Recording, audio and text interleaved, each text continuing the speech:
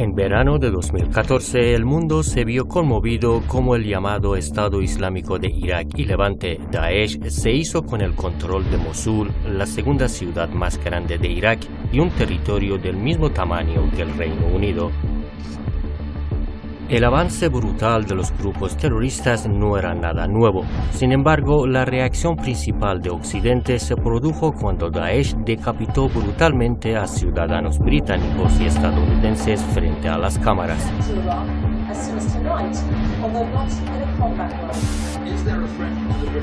El primer ministro británico David Cameron tachó a los terroristas de psicópatas, pero no señaló que el Reino Unido tiene una larga historia de vinculaciones con tales terroristas y que se ha aliado con ellos cuando ha convenido a los intereses de Londres.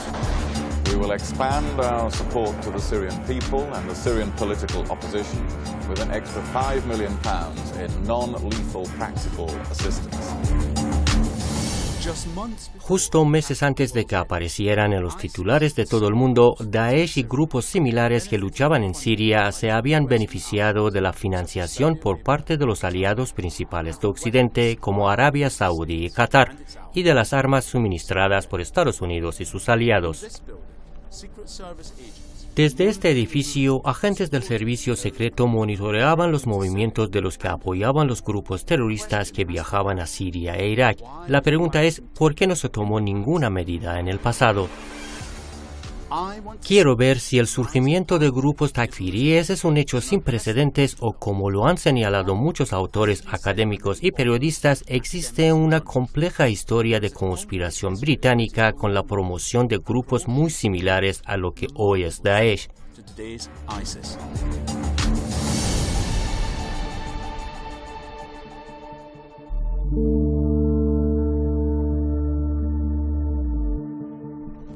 En mi investigación para encontrar la posible respuesta a una gran pregunta, quería ser audaz y honesto, así por lo cual quería ver si Gran Bretaña promovía o sigue promoviendo el sectarismo musulmán y actúa en conveniencia con los terroristas takfiríes.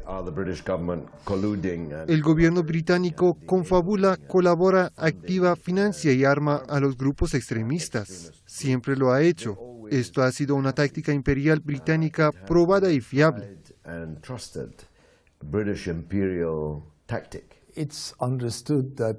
Se entiende que si Gran Bretaña no creó el concepto de divide y vencerás, ha sido uno de sus principales promotores. Y de hecho, esto forma parte integrante de la política exterior del Reino Unido.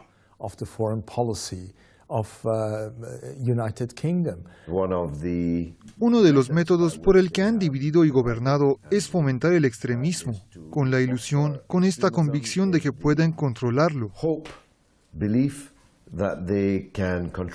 George Galloway. Y los yihadistas sanguinarios a los que estamos dando dinero, materiales, apoyo político y diplomático en Siria. ¿Ha leído el primer ministro el libro de Frankenstein y lo ha leído hasta el final? Si lo hubiera leído hasta el final, descubriría que cuando tú haces un monstruo, al final esto estará fuera de tu control. En la Primera Guerra Mundial, el control del Medio Oriente era una preocupación clave para Gran Bretaña. En ese caso, la política de divide y vencerás fue tomando forma, por lo que las líneas rectas de las fronteras se elaboraron para crear nuevos estados. El acuerdo Sykes-Picot, firmado en secreto en 1916 por Gran Bretaña y Francia, fue el fruto de esta política.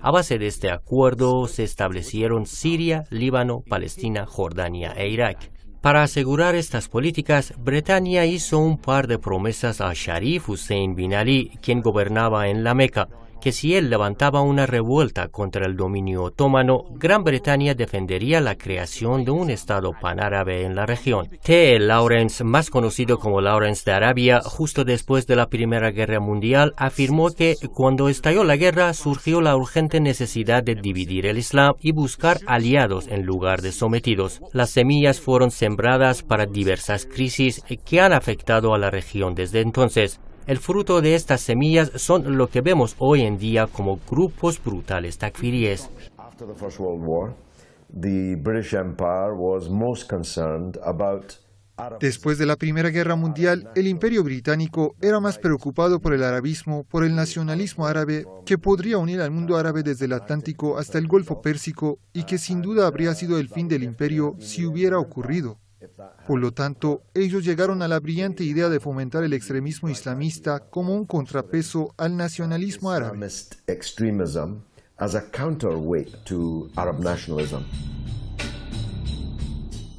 Bretaña recompensó a la familia de Sharif designando a sus hijos como reyes de Jordania e Irak, ambos efectivamente dirigidos por Londres, pero como gobernante de los lugares santos, Sharif tenía ambiciones para convertirse en el nuevo califa, un puesto quedado libre tras el fin del Imperio Otomano. Tal ambición amenazó el dominio de Gran Bretaña, ya que éste no quería que ningún gobernante creciera demasiado. Los intereses británicos se conservarían únicamente con la división y el conflicto. Already contacts during the war between the Saudi dynasty and the British, but essentially after the war there were two conflicts in a long ongoing struggle for hegemony in the Arabian Peninsula between the Hashemites, so Sharif Hussein, and the Sauds. Una vez más, Londres utilizó a divide y vencerás y trasladó su apoyo de Sharif Hussein a su rival Abdul Aziz ibn Saud.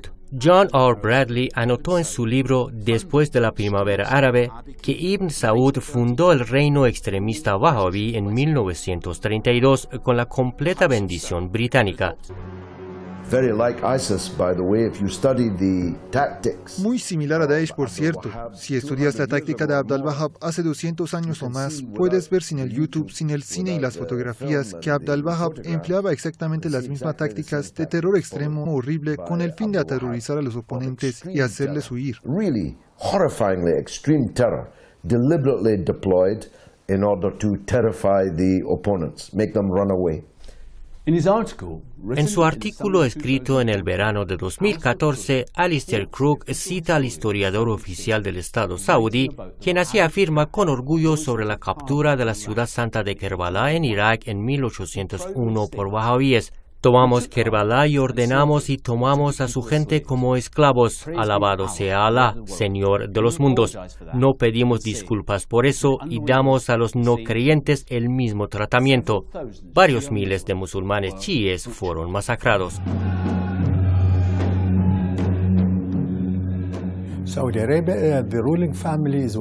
En Arabia Saudita, la familia gobernante es wahhabí. La secta wahhabí es conocida por su sectarismo y el fundamento de esta secta es ser extremadamente violenta contra otros musulmanes a quienes consideran kafir o los que no siguen el camino que ellos nombraron.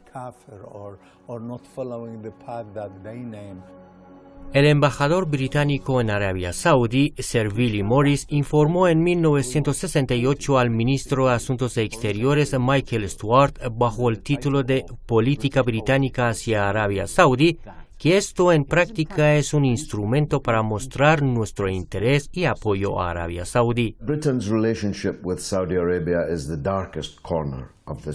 La relación de Gran Bretaña con Arabia Saudí es el rincón más oscuro de esta imagen. El carácter brutal, sectaria y extremista de Arabia Saudí es tan obvio para cualquiera que tenga ojos y que quiera ver. Es increíble, realmente increíble que Gran Bretaña pueda declarar abiertamente tener este tipo de relaciones estrechas con Arabia Saudí.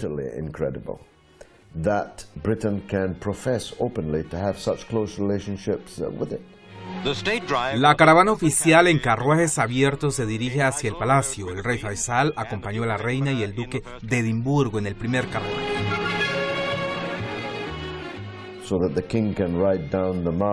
Así que el rey puede bajar por el centro comercial en un carruaje abierto con su majestad, la reina, cuando él nunca permitiría a una mujer en su presencia en circunstancias normales.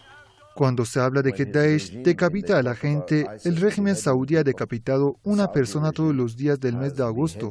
Es un récord. One person every single day in the month of August. A record. The way that Saudi money has been used in educational establishments and building of mosques, madrasas, in Africa and all kinds of places in the Middle East has spread a kind of modern Islam which The great Islamic scholars that we still luckily have around today say it's nothing to do with Islam as it's supposed to be.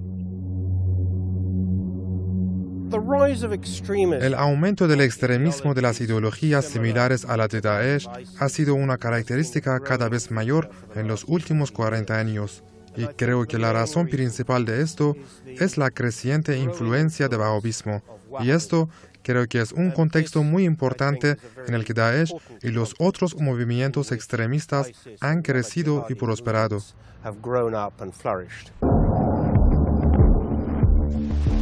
Desde el inicio de la guerra en Siria en 2011, Occidente y sus aliados regionales han respaldado la oposición armada con armamentos, entrenamiento y fondos, a pesar de que contenía grupos vinculados a Al-Qaeda. Durante los próximos 3 años, estos grupos se hicieron más fuertes, dando a la creación de Daesh de hoy. Las terminologías que utiliza, o de hecho mal utiliza el Occidente, son las palabras del Corán. Así tratan de definir actos de barbarie. Por ejemplo, utilizan términos como yihad o mujahideen para definir a los takfiríes, que cortan la cabeza a la gente, y Occidente luego asocia esto con el concepto de mujahid. Están tratando deliberadamente de ensuciar esta santa especie de conceptos. They are trying deliberately to dirty this holy sort of concept.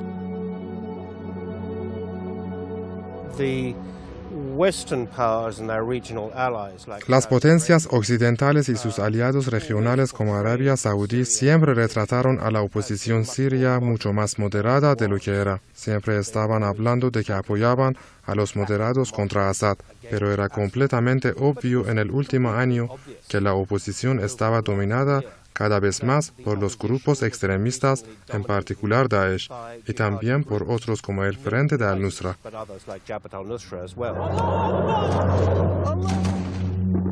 Quizás los comentarios más reveladores sobre la financiación y el apoyo que había recibido Daesh en su primer momento vinieron del vicepresidente estadounidense Joe Biden. En su intervención en la Universidad de Harvard en octubre de 2014, Biden expuso a los aliados de Estados Unidos como los principales partidarios de Al-Qaeda y Daesh en Siria. Our allies in the region were our largest problem in Syria. The Turks were great friends, and I have a great relationship with Erdogan, which I've just spent a lot of time with. The Saudis, the Emiratis, etc. What were they doing?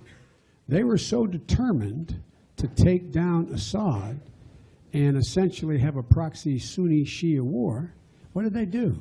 They poured hundreds of millions of dollars and tens, thousands of tons of weapons into anyone who would fight against Assad, except that the people who were being supplied were al-Nusra and Al-Qaeda and the extremist elements of jihadis coming from other parts of the world. Biden se vio obligado a pedir disculpas a Arabia Saudita y Turquía por la denuncia, pero esto no puede cambiar sus revelaciones. Sin embargo, Biden no reveló por qué Washington y Londres no hicieron nada, aún sabiendo que sus aliados estaban apoyando a grupos terroristas en Siria. Gran Bretaña incluso comenzó oficialmente a financiar la llamada oposición armada en Siria en 2012, pero nunca reveló la identidad de los receptores. In the absence of diplomatic progress, the United Kingdom will do much more.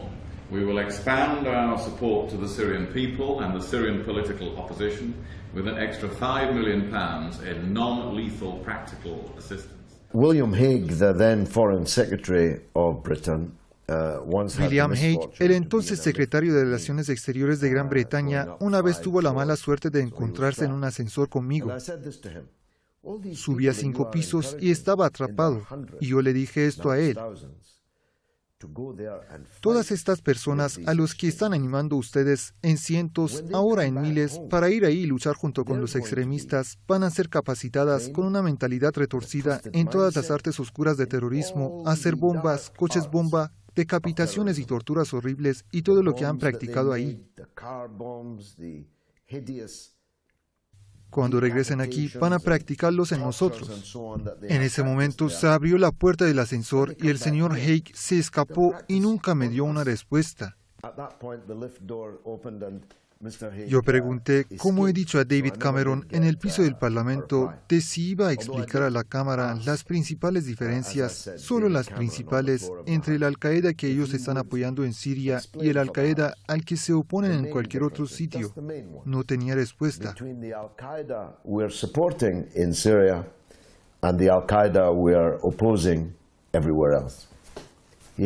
Los rastros de conveniencia con el radicalismo takfiri también se pueden encontrar en la historia de los intentos de Gran Bretaña para retener el control sobre el canal de Suez en la década de 1950. El líder nacionalista árabe al que odiaba más Gran Bretaña era el presidente egipcio Gamal Abdel Nasser. Llegó al poder en 1953 y primero logró eliminar la vasta red de bases militares británicas en este país y luego en 1956 consiguió la nacionalización del canal de Suez, negándose indemnización a sus propietarios británicos y franceses.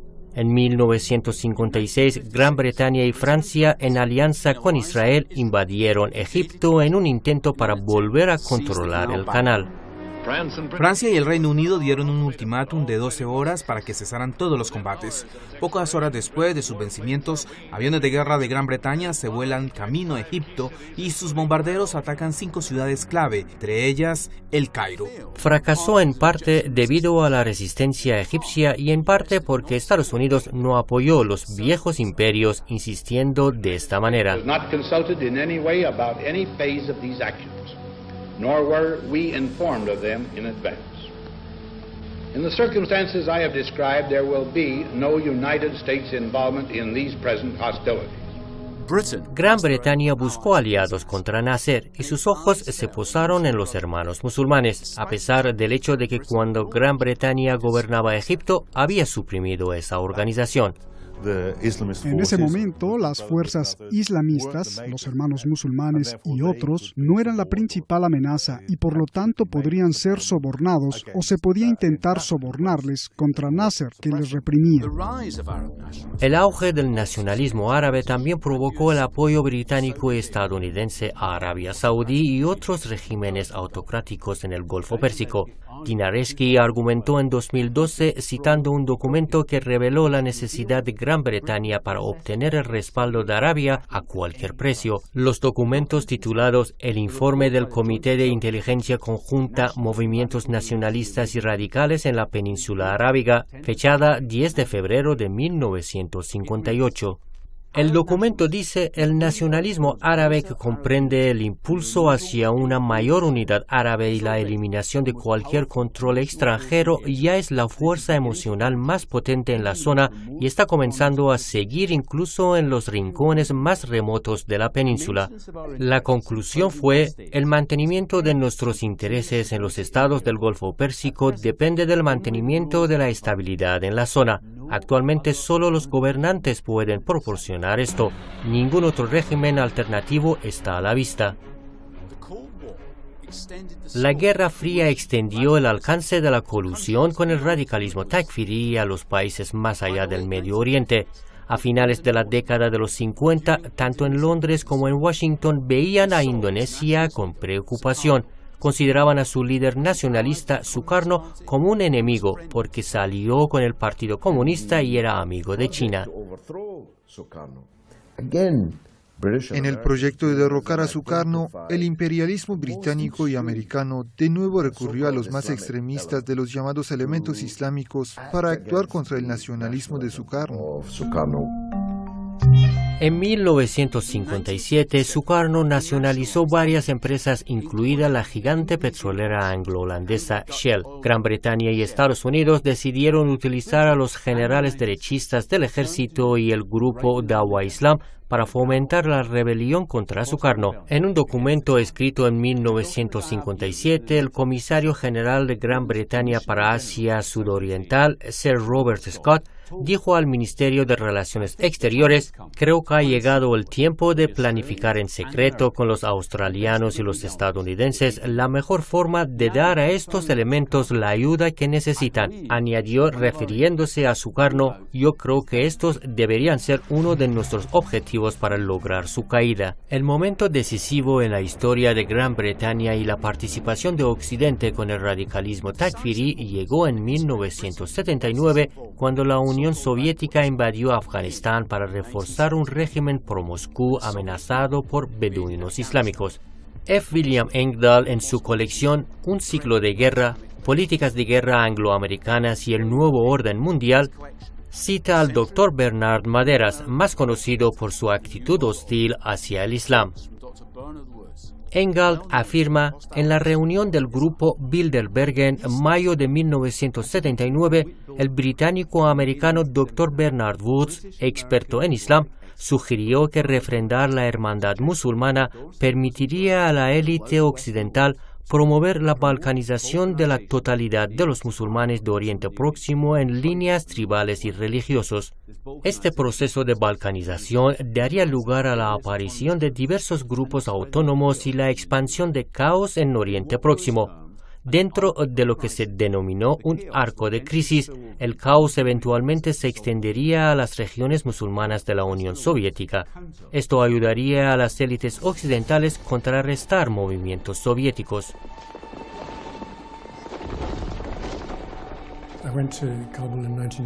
Fui a Kabul en 1981 por primera vez. Fue cuando los soviéticos estaban todavía ahí, de hecho. Habían venido hace 2 años y aún la embajada británica estaba abierta, y así como la embajada de Estados Unidos.